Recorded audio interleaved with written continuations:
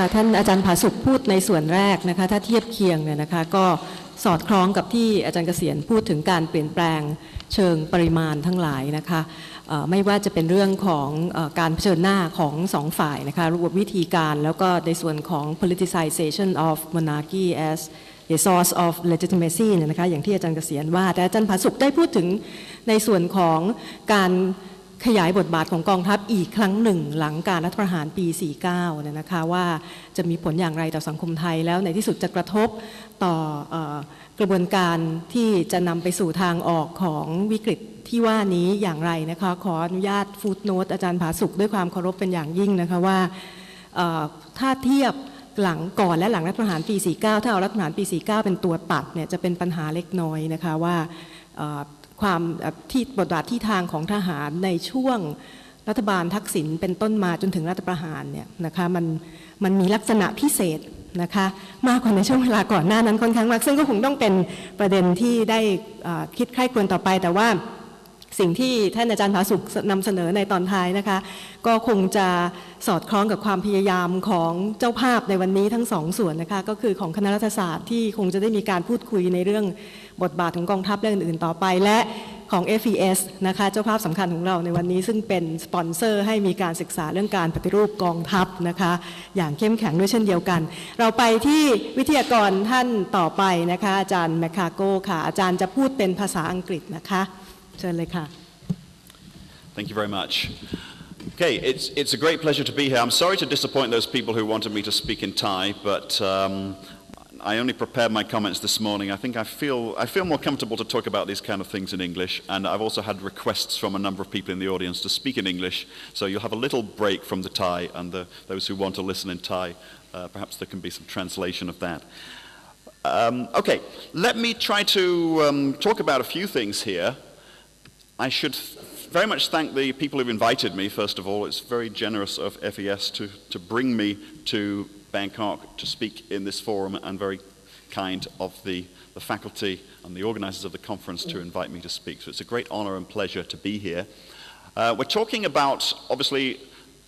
a society where there are quite a lot of complex political issues, and for a long time, you know, I come from the United Kingdom of Great Britain and Northern Ireland, the name of which I'll mention a couple more times during this talk. We used to be in a rather complacent state of mind because we believed that we had a nice two-party system and power was going to alternate between two parties, and we were able to adopt this rather British, snobbish attitudes towards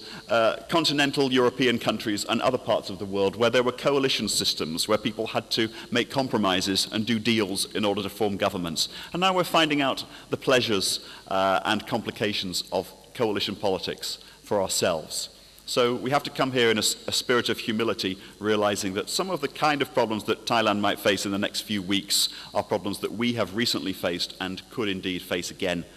very soon, although of course in a rather different way. So I'm not really sure that I'm answering any of these questions, by the way. Perhaps we can see some connection between the questions and my answers, but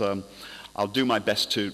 link back to them a little bit. And actually what I'm saying, of course, all the best points have already been made by the two preceding speakers. Although we're supposed to be debating, I think we're all so far more or less along the same lines.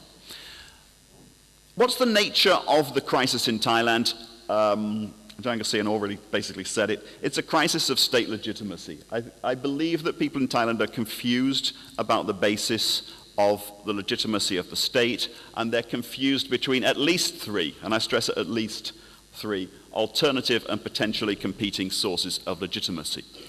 Although I should say that many people believe in all three of them at the same time, and that they're not completely incompatible. One of them we might call, loosely speaking, constitutionalism, a belief in rules of the game, representative institutions, formal checks and balances. And key examples of constitutionalism would include, of course, the 1997 Constitution, which epitomized many of those ideas and still invokes a certain nostalgia amongst many people, and we still see a constitutional afterlife of 1997 replicated to some degree in the 2007 Constitution and some other institutions. So a belief that rules of the game can sort everything out. Those were the nice days back in the 90s when legal solutions and technical solutions were possible. On top of that, once we move into the noughties, after the year 2000, the rise of Thaksin and the Thai as it then was, we see an alternative source of legitimacy writ very large, which again has been alluded to by other speakers, and that's a kind of electoralism, the power of voter mobilization, typically focused on prominent political personalities offering visions of the future. And here we're talking primarily about the politics of the Thaksin period and what that represented. A challenge to constitutionalism. So the Constitution says Thaksin should have been banned from politics for 5 years in 2001 for not declaring his assets, and he says, well, so many millions of people voted for me that I've got a super override, an electoralist override on constitutionalism, and funnily enough, some people who are supposedly on the other side of the fence decided to agree with him. So the third side of the fence, as it were, is a notion of legitimacy based on virtuous rule, on traditional notions, and we're back to what the other speakers have already talked about monarchy, and particularly nation, religion, king, three precepts, a shibboleth that goes together, a belief that actually extra constitutional values could transcend and trump both constitutions and election results. And that's, of course, very clearly exemplified by the things that Ajahn Pasuk was just talking about, the 2006 coup, the rise of the military, the rise of the judiciary. So a belief in what I call virtuous rule as having another trump card. So constitutionalism is one card, and then Thaksin trumps it with electoralism, and then the traditional institutions come along and trump it with virtuous rule. So now we've got three, at least, competing modes of legitimacy. The problem is that people can't quite decide which one is the real one, because on some level they're all real, they all have their good points, they all have their bad points. Unless and until there's a shared understanding about the basis of legitimacy in Thailand, it's going to be very difficult to avoid, I think, political upheavals and instability, because the instability arises from this ambiguity about what the basic organizing principle of the state is.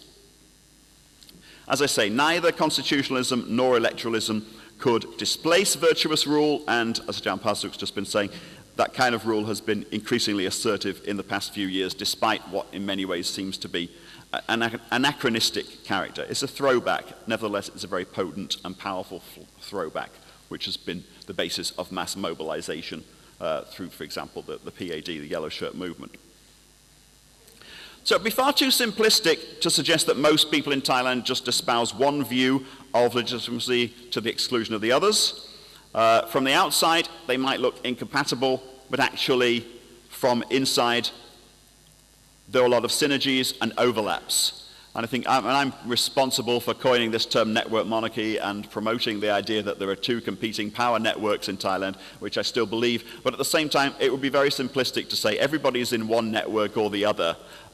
It's not a dichotomous relationship between these power networks. The networks are plural, there's division inside both of those networks, and of course there are an endless number of cross-cutting connections and overlaps. People are moving between the two, and I would argue some people are in both at the same time. So it's not a straight fight between electoralism on the one hand, that's Pur Thai and the red shirts if you like, and virtuous rule dressed up as constitutionalism, the Democrats, on the other. That would be too simplistic. Even electoralism, which uses a rhetoric of mass mobilization, has tended to hinge on a small group of wealthy, well-placed individuals, particularly Thaksin Shinawatra, of course, and his immediate family. And the new slogan, Thaksin Kit, Pur Thai Tham, Thaksin thinks and Pur Thai does, sort of epitomizes the relationship between the shadow leadership and the party itself. It's a political party as an instrument of its de facto leader rather than as a vehicle for articulating the demands of its supporters. So this is the complexity of electoralism. We see writ large Thaksin's distrust of fellow politicians, which is seen in the selection of his younger sister to head the party, and his, as we just found out in the last couple of days, crowding the upper reaches of his party list with red shirt leaders and not former MPs or ministers. The insecurity of the electoralist mode, where people who have political experience, political credibility, are not trusted to assume positions of power, makes us really wonder what exactly is going on.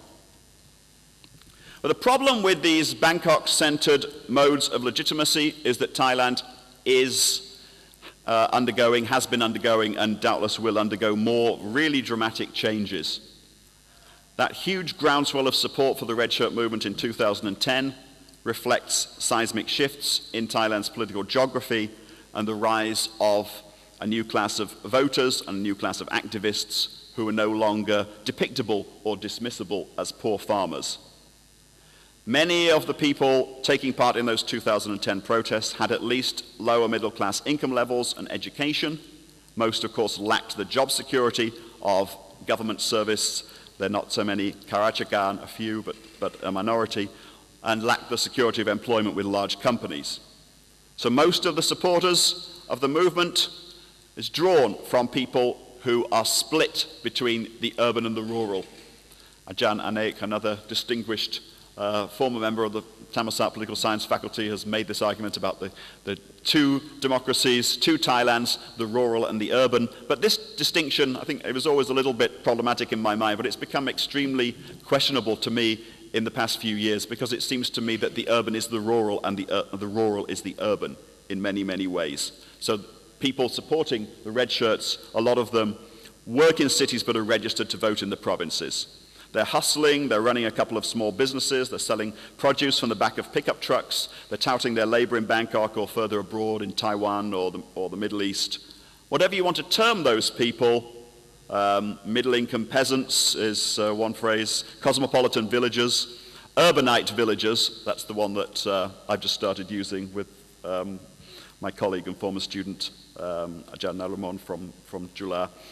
These people don't want to return to some romanticized NGO notion or royalist notion of community culture or self-sufficiency. They're deeply engaged in the market economy. They felt respected and acknowledged by the Thaksin governments, and they benefited from ORTOP, the Village Development Fund, and other Thaksin-era programs, even if those programs don't bear particularly close scrutiny when we look at them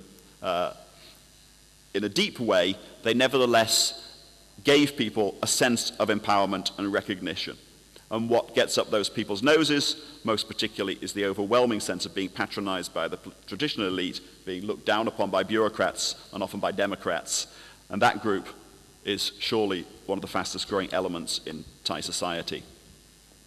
So the 2010 Red Shirt protest that ended so darkly a year ago here in Bangkok, and it's very poignant that we're speaking on this anniversary, they were a real indication of how far Thailand's come in recent years and where Thailand may be going. But not all of the change that we're seeing is necessarily a progressive change. The Red Shirt movement, despite including some groups of ex-leftists, is predominantly characterized by people with conservative social attitudes, hostile to immigration, for example, and for all the talk about Amat and Prai, I mean, these people are not really Prai, and I'm not really sure how many Amat there really are out there either. These terms need to be understood as well-crafted political slogans rather than as the utterances of genuine revolutionists.